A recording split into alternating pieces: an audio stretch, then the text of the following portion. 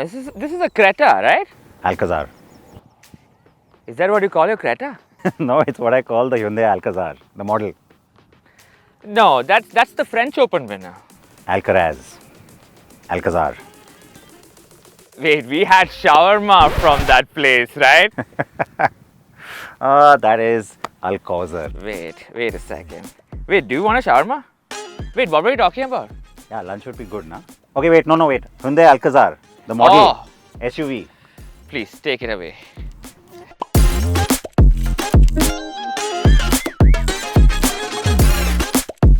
Welcome to the wackiest car review series on Acko Drive, where comedians try their hand at being auto experts. In this episode, Gautham Govindan takes on the Hyundai Alcazar with his signature sarcasm. Small twist though, this man doesn't drive. So he ropes in resident car expert Siddharth to do the driving while he does the judging. All right, let's talk a little bit more about the car. Now, in terms of styling, the car has changed so much after its facelift. You know, the original Alcazar really just did look like a stretched Creta, right?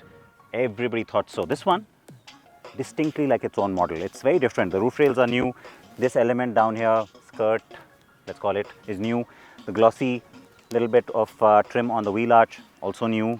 Wheel patterns. And then, of course, the biggest change is the DRL signature, completely different to the Cretas. In the front, you really feel like this is a different car because it is, well, supposed to be.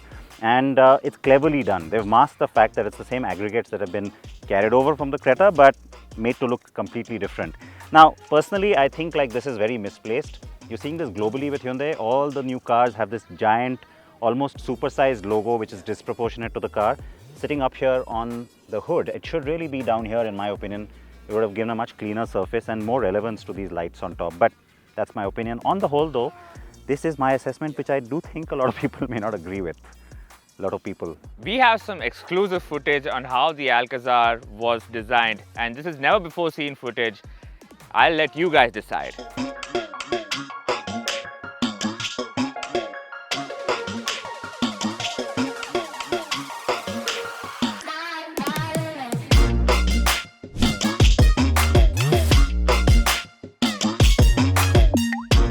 So the Alcazar is really all about this second row, this set of seats. Look at that.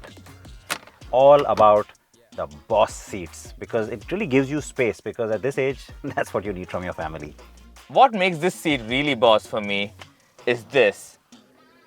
The power to make this guy uncomfortable. What's more boss than that? I'm Spider-Man. So you like pushing people, basically. That's Pushing my... and pulling. Okay, no comment. Now, you also have ventilated seats. Boss. Ample under-thigh support. Boss.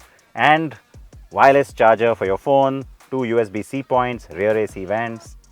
Boss. What's more boss is this, a laptop tray. Because what's more boss than working on the road? And what's really more boss than working like this? Boss. Hey, I have a meeting to attend. Acquire that company. I have an orthopedic appointment also coming up.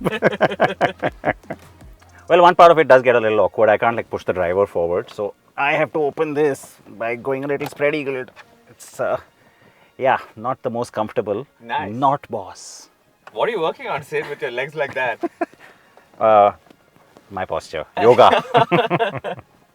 The Alcazar also comes with dual temperature control, so Sid and I can have different temperatures set for our zones. So we don't have to fight about that. We can just fight for the regular stuff.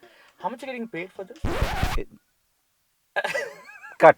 I don't get paid separately for this. I'm salaried. With the two-tone theme of noble brown and haze navy, these interiors sing only one tone, Uncle.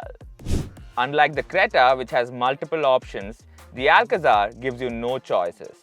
Very uncle. The huge touchscreen does look good, but no wireless Apple CarPlay or Android Auto? Very, very uncle. And a vent that looks like a DVD player? You get the point. Very comfortable storage and seats, and with a glossy panel that leaves fingerprints so that you know who changed the AC temperature last, it does nothing wrong. Although the premium feel does come out, we are still constantly reminded that this is a Hyundai. Welcome to the third row. Super cramped, no leg space, suitable for kids. Getting into the third row seems to be the biggest challenge because these boss seats don't really unboss. They don't tumble. So you'll have to do a small little fashion show while coming in over here, which makes it tough for people like me.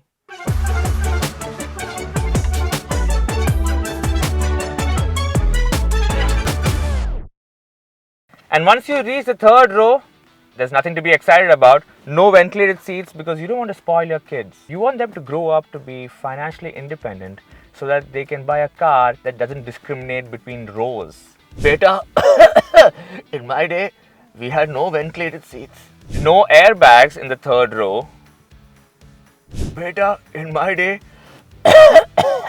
we had no airbags, so all the best.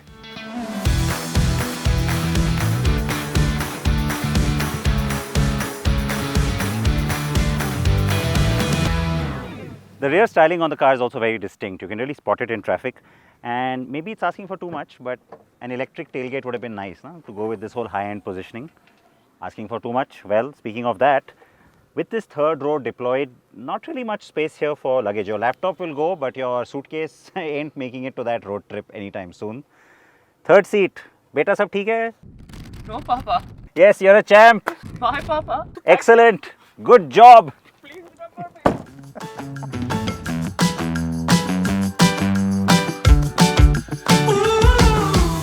Okay, I mean, on the outside, I did call this car an uncle car. And on Inside also, you said all this layout is very like... fine. I mean, I'm sorry to all the uncles out there. But, I mean, how does it feel to drive? Is it an uncle car to drive as well? In many ways, it's very similar to the Creta, which is actually a good thing. I think, it's tuned well to Indian conditions. It's great ride quality. Could it be more energetic and sportier and a little more fun? Of course, I'll always say yes to that, but that's not the average buyer, so I get. So yeah, I think people will be happy with it. Also, if it is the second row ZG type of car, Yes. then yeah, it's comfortable for people sitting there too. Yeah. But I mean, the thing that you just said is exactly what describes an uncle, right? You want it to be energetic and sporty, which is not.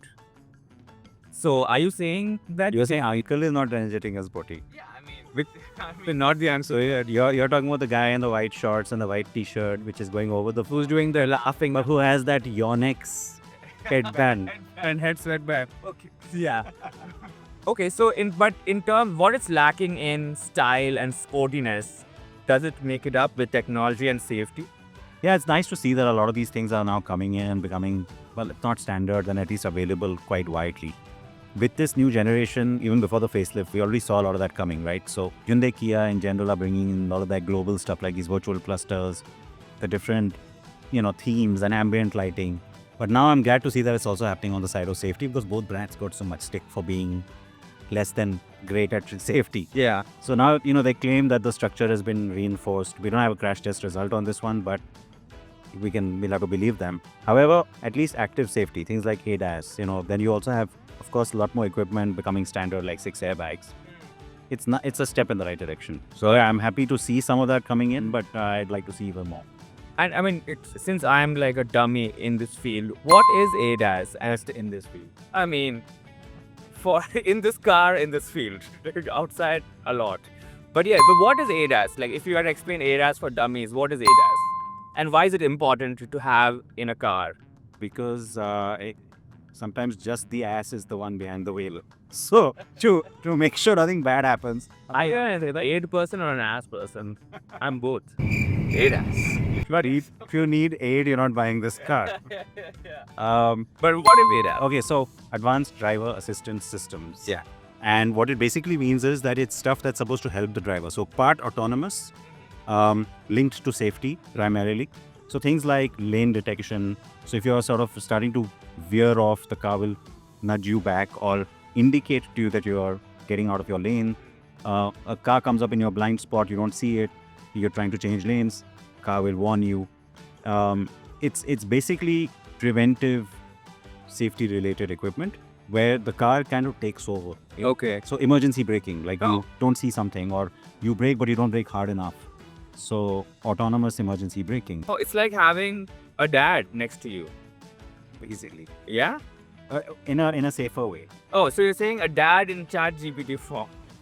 Who's actually running the car? Like if dad could have like you have those driving teachers who have their own set of pedals, their own set of their own steering wheel. Oh, that's awesome. It's basically that. But also in this lane keeping assist and all these things. Now, suppose if I learn to drive, I'm not going to drive like a regular guy. I'm going to drive like I own the road.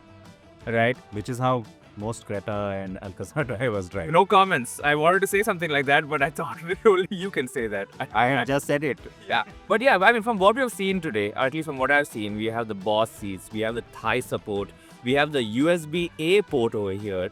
This feels like less of a car and more of a dad starter pack. Am I right? Aren't you kind of like getting there now? You're old enough to be a dad now. What do you think? Okay, see, this is where we have a problem. All right? Now, while Siddharth has had to say a lot about cars, Gautham felt that he needed to get something off his chest.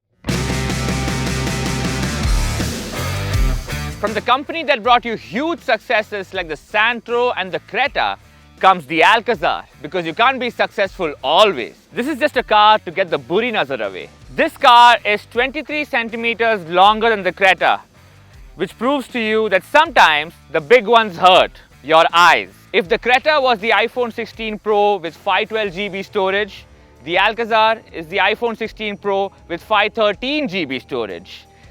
Unnecessary. The Alcazar is the uncle of cars.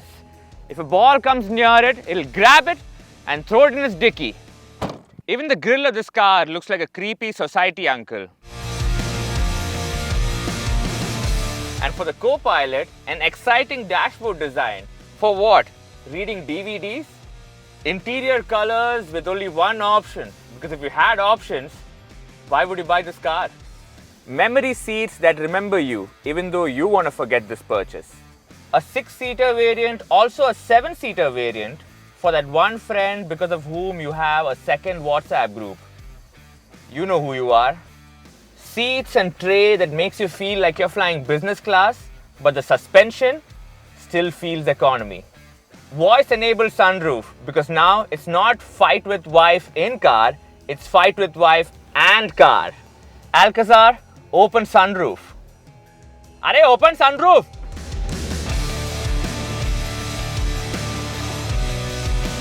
But I'm being too harsh, guys. Overall, the Alcazar is a dream car for people who have a tough time sleeping. So it is a comprehensive enough upgrade. This facelifted Alcazar does give you a whole lot more in terms of style, in terms of being upmarket, and in terms of features as well. So yeah, I think it kind of does the job now much better than it used to before the facelift. Such a skeptical expression. That's a great point of view, uncle, but what about the shawarma we were talking about earlier? Want to go for that? More important. Let's go. The turbo engine will take us there. Come. Yes, let's have some turbo shawarma. Bye.